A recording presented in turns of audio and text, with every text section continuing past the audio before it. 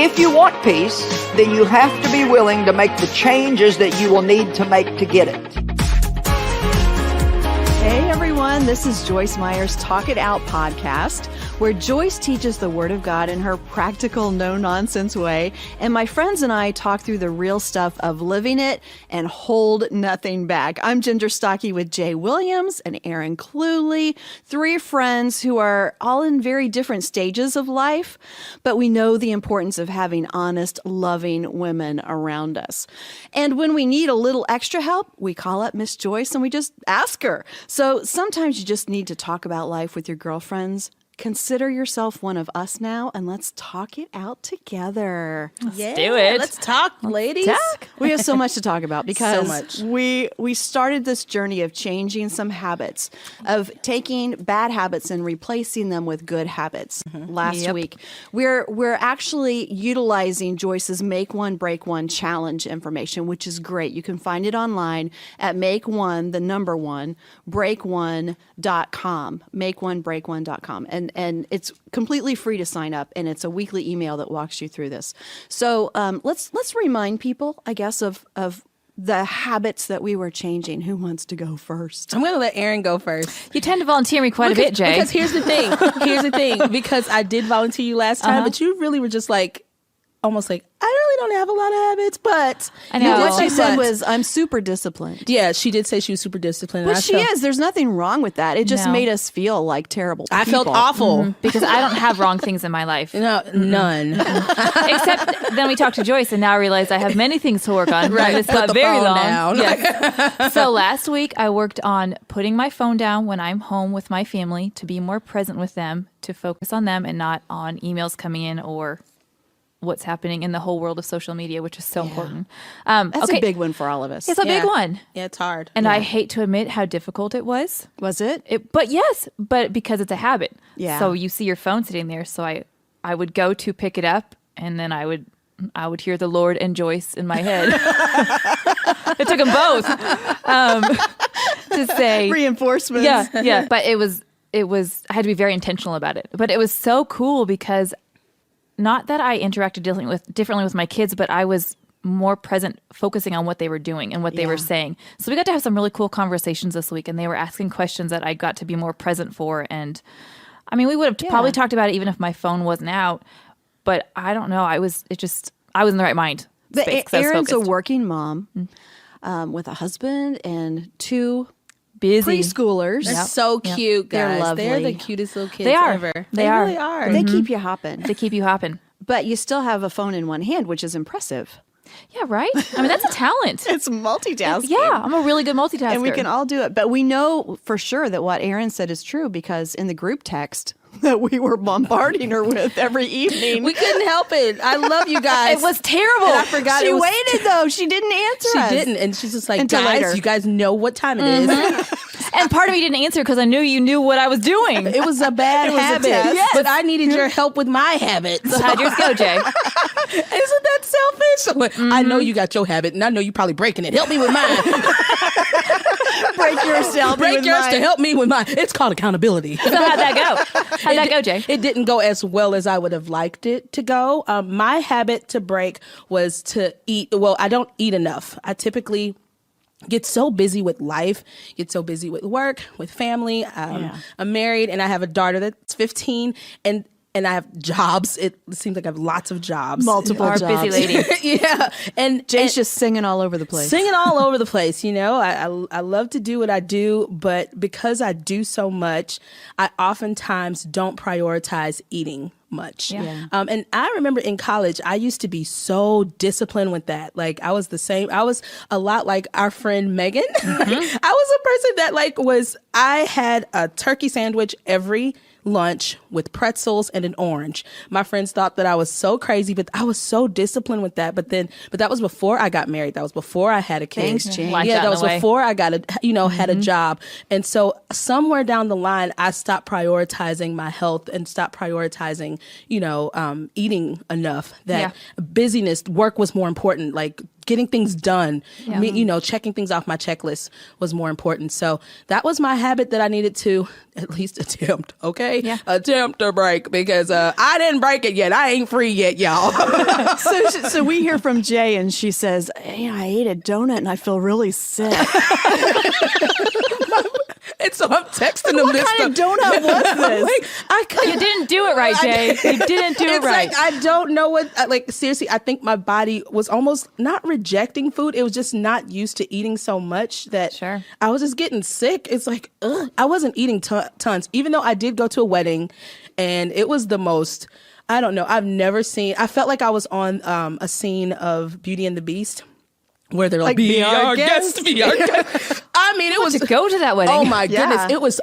It was so much food. And I was like, well, Lord, you really set me up, huh? But I was just trying, and I was like, I can't eat anymore. But that was one day I did eat a lot, but I did, and I know we'll probably talk about it later, but it was a hard habit to break, to not get, I'm like, oh my gosh, it's late and I haven't eaten anything. So yeah, that was my habit. That's good.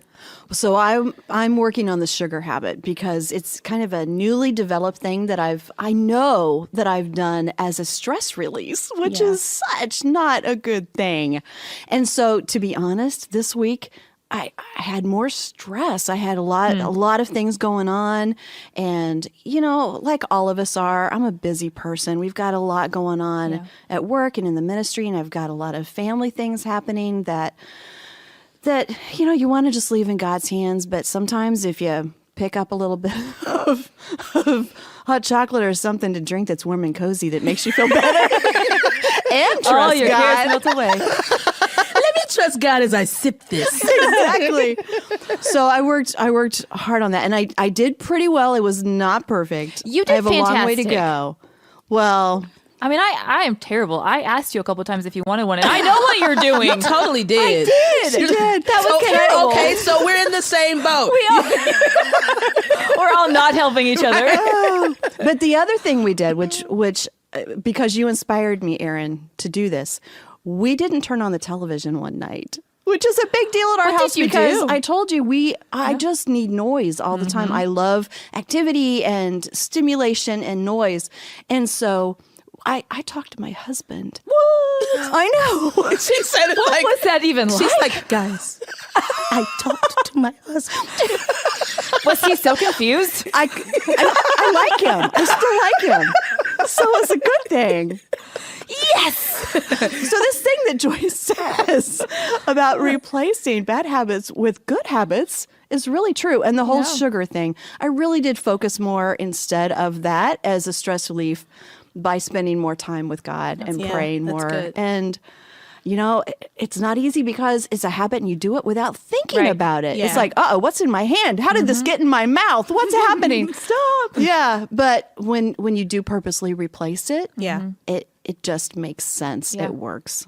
One thing I had to remind myself was when I would fail and pick up that phone again or get distracted, just like Joyce reminded us, that doesn't mean I failed forever, but Yeah. just try again the next time. Just give myself some grace and try again.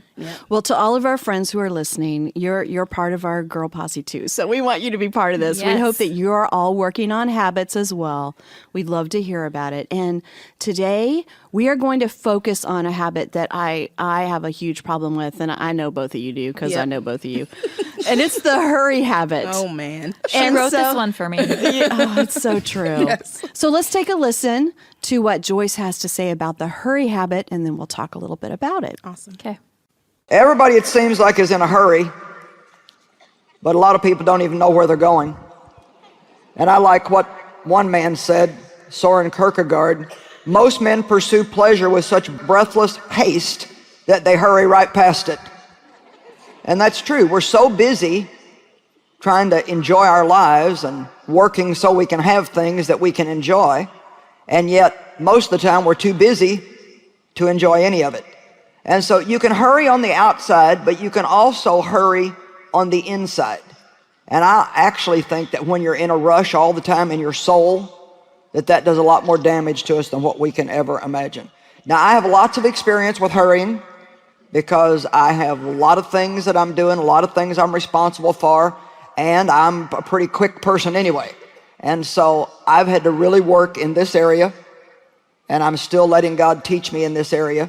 My husband's mom she raised all the kids, 8 children, and Dave's dad died when he was 16, so they still had lots of young kids at home, and they didn't have much money, and she cleaned homes for people, and she was just very, very busy. And so she just hurried all the time. Well, after all of her kids were gone, and she was up in her 70s, and she was living with one of her other kids, I was over there one day, and she was making me some coffee, and I noticed that she was just running from thing to thing to thing in the kitchen. And I said, "Why are you in such a hurry?" She said, "Oh, I don't know. That's just a habit I've got." And so sometimes we get in such a hurry that it becomes such a part of us that we don't even stop to think that we don't have to live that way. And I'm just encouraging you to make a decision today that you're going to calm down, enjoy the trip, enjoy the journey, take the time to enjoy some of the things that you've worked so hard to attain in your life.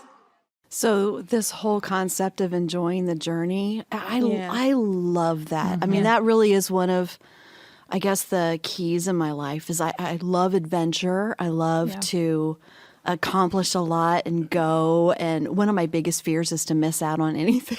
Yeah. I mean, I think that says something about all of our personalities. You know, I think that we all want to accomplish a lot, which keeps us busy, but we want to have fun at the same time. Right. Yeah. So, but that whole thing about making a decision to, even when your life is hurried, you don't have to be hurried on the inside. Yeah. Yeah.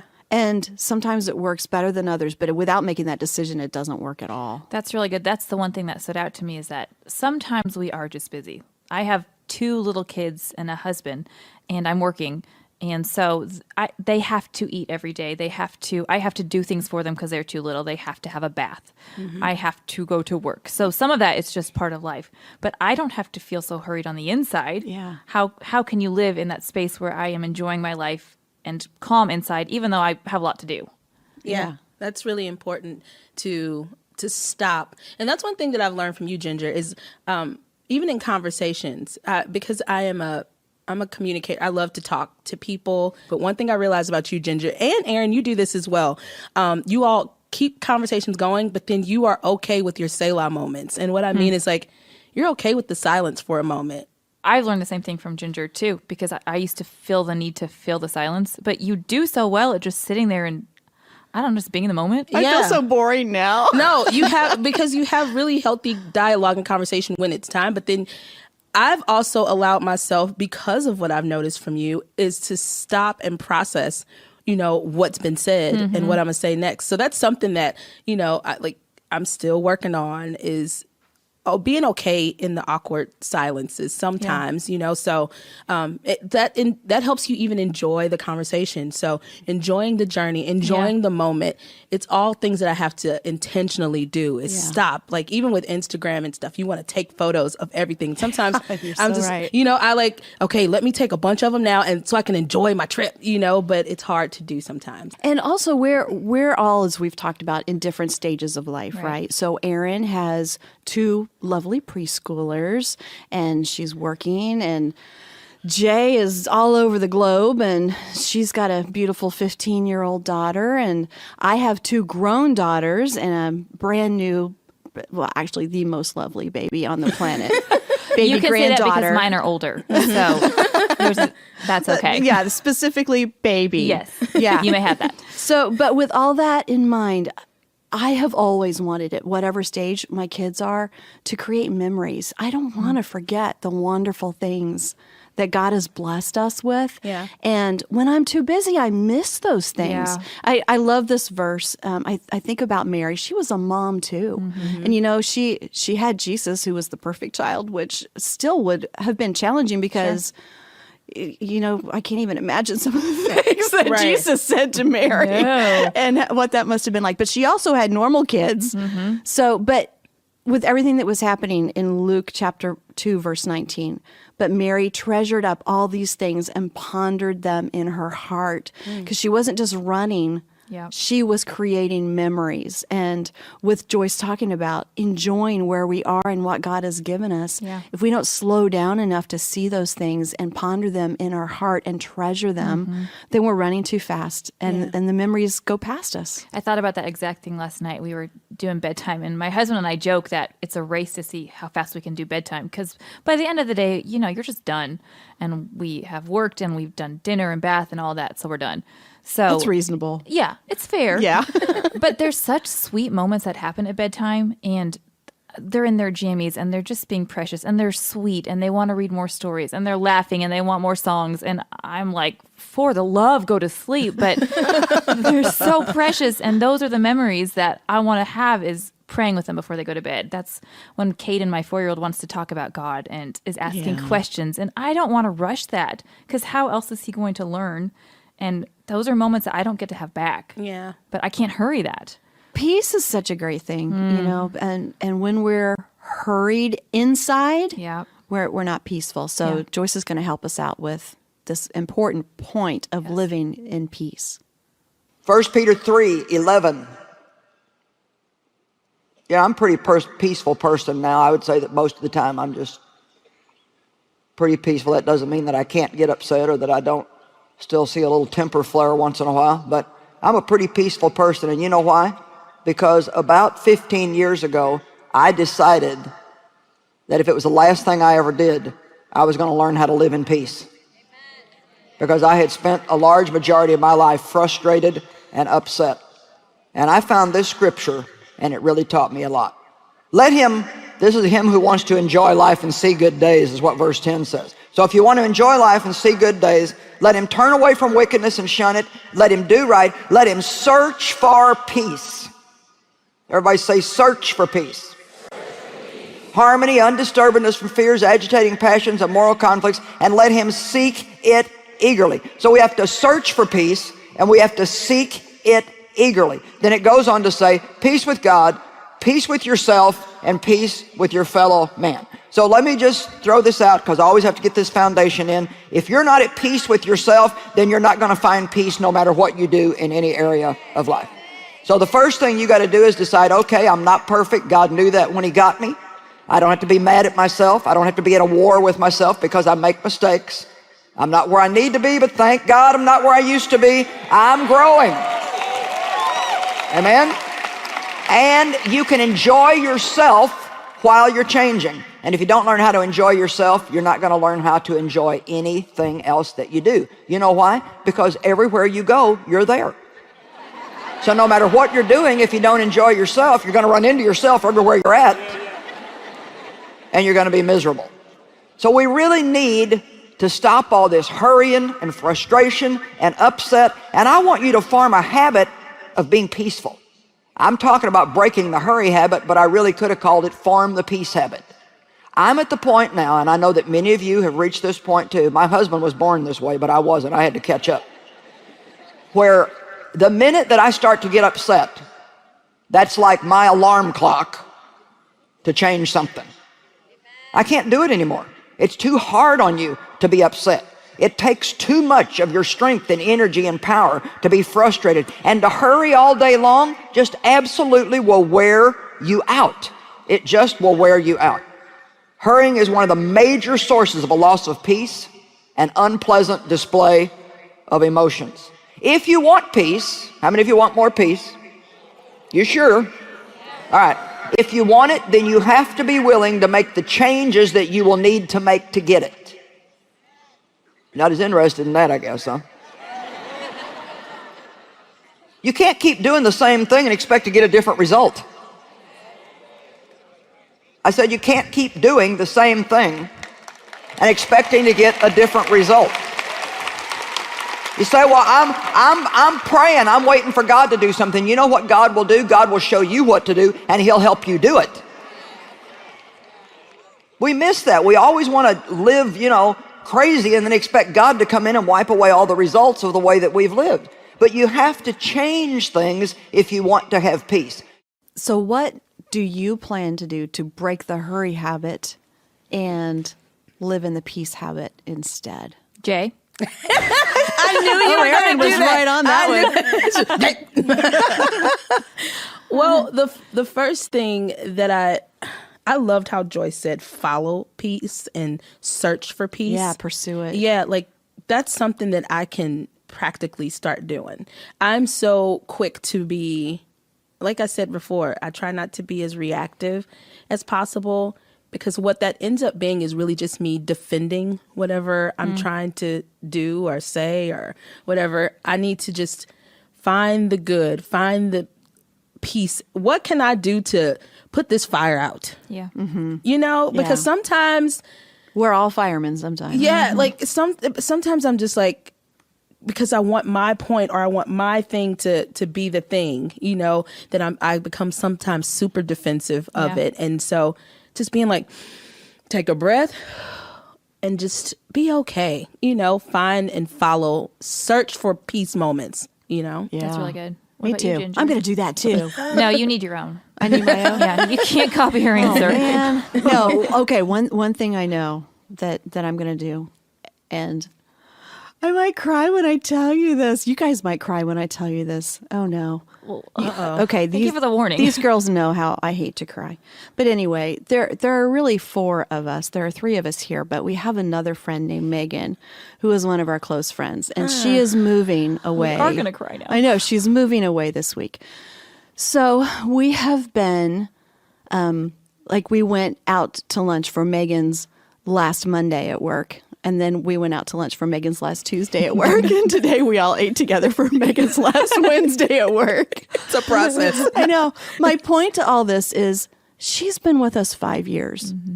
And I have probably taken the time to go out to lunch with all of us, you know, or with Megan so few times. And I loved it so much. And I love being together and the hurry of my life and my job, not because they make it that, because I make it that. Yeah. I'm responsible for my schedule. And I just feel like there's so much to do that I just can't possibly take the time. Yeah. And instead, I want to spend the time to be with you guys and to enjoy other people that are here and not to just think about, the next meeting that's on my calendar or the next project that I need to work on. So I want to let go of that hurry habit, of that daily, every minute grind being so productive, and instead think about how productive it is when I just love the people that I'm with. That's really good. And I'm going to miss Megan. Me too. Can't even talk about it anymore. It's too much. That's really good. I think. What are you going to do, take a Aaron? breath. Something really cool happened this last week. Caden and I were in the car. I was dropping him off at school, and he said randomly, "What is peace?" And I thought, well, wow, my goodness, how do I explain it to Such a a big 4-year-old? question. I know. And I thought, okay, what does that mean? And so I said, well, it's on the inside, you feel cozy. You feel warm and cozy. We like to talk about being cozy and snuggly. You feel cozy, even if everything around you is crazy. On the inside, you feel cozy. And so that seemed enough. We then moved on to fire trucks or something. But for that moment, that's good.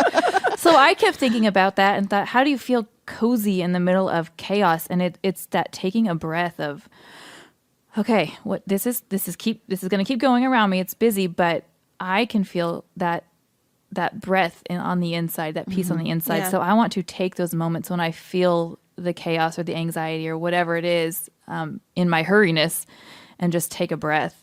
Yeah. One thing too, I also need to work on is that Martha, the Martha life that you live. I live too, and I feel better about myself when I am hurrying.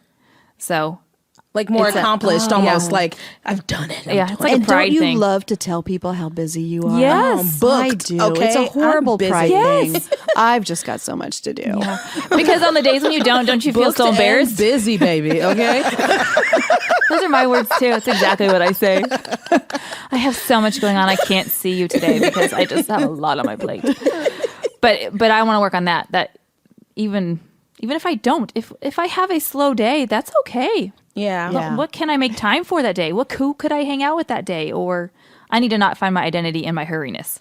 Is that a real word? Hurriness? I like it. It's now. It Yeah. is Yeah, now. my hurriness. And but you know what? That makes me think about today's society and how we don't want to look lazy. No. Or like, I can't do it. Yeah. So sometimes it makes you, it can make, I'm like, I am busy. I have things to do. Okay. I'm making money moves. Okay. But, today's society can make you want to do the next big thing, to even feel like I am a 2019 woman. But we don't have to be like society, do No. we? I mean, that's the whole point. We're set apart. Exactly. And it's not easy. It's not natural. But if we pursue peace. I was on my way to work the other day, and I was sitting at a stoplight, and there was one car ahead of me, and the light changed, turned green. The car ahead of me was on their phone, so they didn't go. But the car behind me went when the light turned green. Wait. So, yeah, exactly. I'm in the middle. The math doesn't add up there. I got rear-ended is essentially what happened. The wow. car behind me went. I was not moving because the car ahead of me had not, and it was a crunchy thing. Wow. So, the first thing, of course, you think is, well, my day's ruined, and I've got to get there, and I have a lot to do. But beside that,